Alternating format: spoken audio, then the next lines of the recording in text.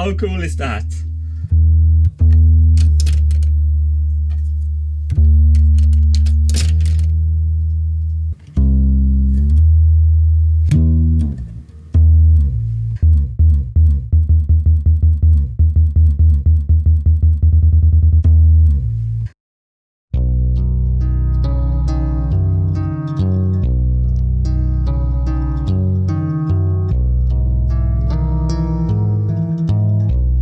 On my previous machines, I played bass with my own fingers. So why did I put mechanical fingers on the bass for the new machine? Well, there's a really important reason I did that, and I want to tell you all about it in this video.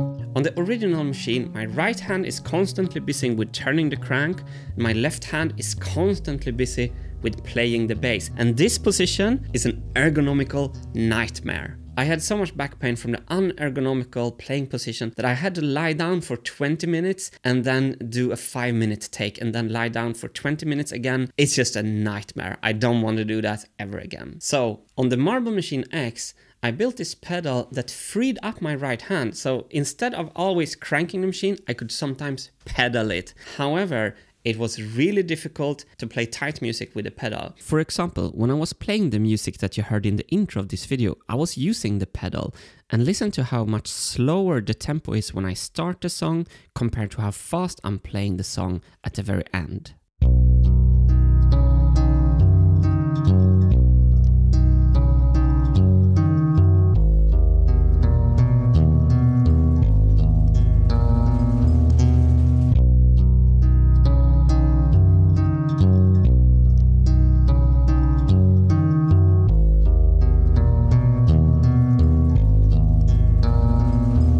As you could hear, the tempo increased way too much during the song. That's why I made a Huygens weight drive for the new machine. Together with a flyball governor, this means I can pedal the machine with my foot and the music is tight. And voila, we have freed up my right hand. But my left hand is still busy playing the bass all the time in a pretty ergonomical bad position, even with the pedal. What if we could free up both of my hands? We can. If I outsource the job of picking the notes of the bass with mechanical fingers, we have freed both my hands. And I also don't have to stand right next to the bass. It's always been like this, like really close to me. I'm like crammed in around the bass. So then we can also put the bass wherever we want on the machine. But that's not the important part. The important part is with two hands free, I can play mesmerizing dynamic music. I could play one instrument with my right hand, another with my left hand. I can even play like a screaming guitar solo, like over the Marble Machine backing me up. With this setup, I could have a whole ring of music instruments around me that I can play manually. So that is why I put mechanical fingers on the bass. It frees up not only my hands, but also my musical creativity to make mesmerizing music. One of the drawbacks I was most worried about was that the bass would be boring, expressionless, like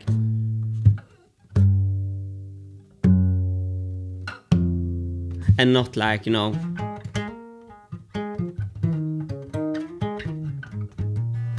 like that, you know. One of the most important musical expressions on a bass is sliding. Things like that. And I was really worried that the bass couldn't slide with mechanical fingers. And that's why I got so excited in the intro of last week's video when I discovered live on camera that it actually could do sliding sounds. Oh, sliden! Oh yes, I can slide, okay?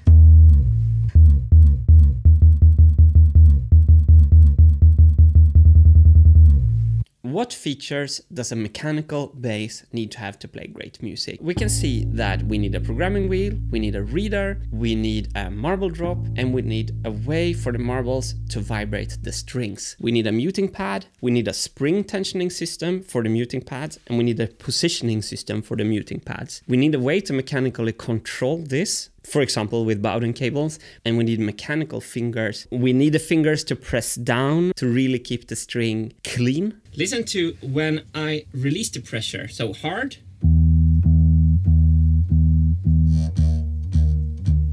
This is not good.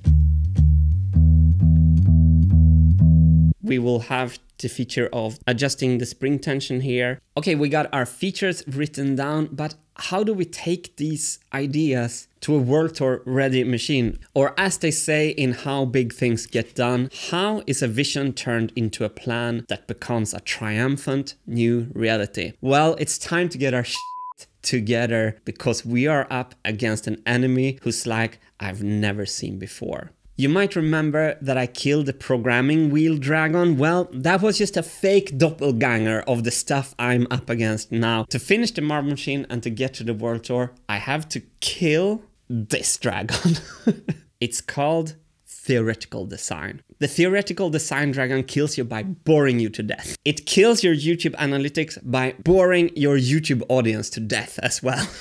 So you probably think that the theoretical design dragon looks scary, but wait until you meet its minions. I need to kill all the minions first before I can kill the final boss. For example, say hello to problem definition, and then we have design sequence. Be careful with those fangs. But that's not all.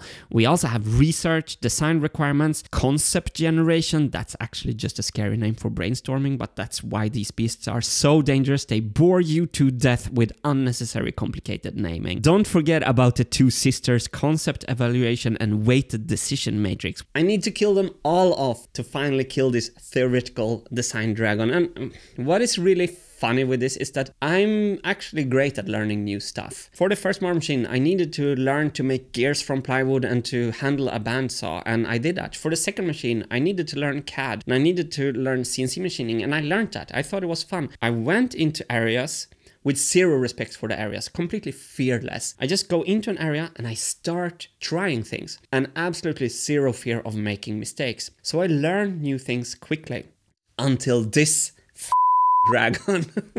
So for some reason, I haven't been able to approach the theoretical design with my usual fearless attitude. I'm scared of making mistakes. It feels like I'm heading into an S-rank dungeon and I'm only an E-level hunter. I'm kind of reading books about it, but I'm not trying it for myself, which is how I normally internalize things fast. So in the How Big Things Get Done, I think a theme is you should plan. And I basically suck at that. I'm not as intrigued by that process as I am about some creative processes. Everything about this theoretical design dragon goes against a lot of the grains of my personality type. But this is ridiculous. I'm still just talking about it. I need to start killing the minions, and then I'm going to go for the head of this dragon. Because you know what happened this week? I was called the T word, okay? There is an amazing contributor at the Marble Machine Discord server called Mcmase who gave me the great feedback to use a design sequence and to know where in the design sequence I am. And that feedback led me to my realization that I really need to kill the theoretical design dragon before doing prototyping and stuff. It will save a lot of time in the end. But Mcmase called me the T word. Now I finally understand what they mean when they say that words are violence. Would it be right to call someone the T word to prevent a nuclear holocaust where the whole planet gets wiped out? If you ask me, absolutely not. There's just no excuse, basically. And I want to be stoic about this. I think I need to level up from T word to engineer. And I think that journey takes me past this dragon and its head. And Mcmase, thank you. You have single-handedly derailed the whole Wintergatan YouTube channel for the unforeseeable future. I hope everyone understands I'm joking. Big thanks to all the new members since last week's video, and a lot of you asked for a Patreon link, and we just got a brand new Patreon page up and running. So if you want to support Wintergatan through Patreon, you can now do it on the link in the description. I want to clear up some confusion. I call all the Wintergatan backers patrons, regardless if they're backing Wintergatan through YouTube memberships or through the newly started Patreon page. I love the word patron from the Enlightenment. It's like Leonardo da Vinci and Beethoven all had patrons. Thank you so much for your support. Good luck with everything you're doing, and see you on the next one where I'm gonna start fighting this beast. Ciao.